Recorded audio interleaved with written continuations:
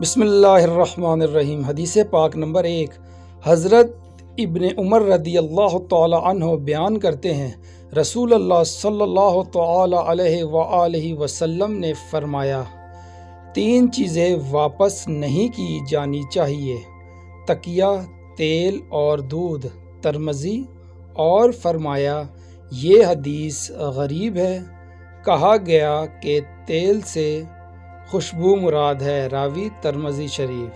حدیث پاک نمبر 2، حضرت جریر بن عبداللہ رضی اللہ تعالی عنہ بیان کرتے ہیں، میں نے اچانک اٹھ جانے والی نظر کے متعلق رسول اللہ صلی اللہ تعالی علیہ وآلہ وسلم سے مسئلہ دریافت کیا تو آپ صلی اللہ علیہ وآلہ وسلم نے مجھے حکم فرمایا کہ میں اپنی نظر ہٹا لوں۔ راوی مسلم شریف۔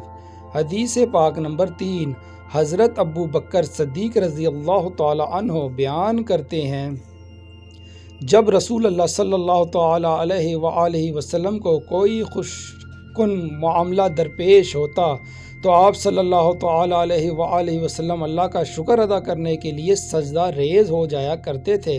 ابو داؤد، ترمذی، اور انہوں نے فرمایا یہ حدیث حسن غریب ہے۔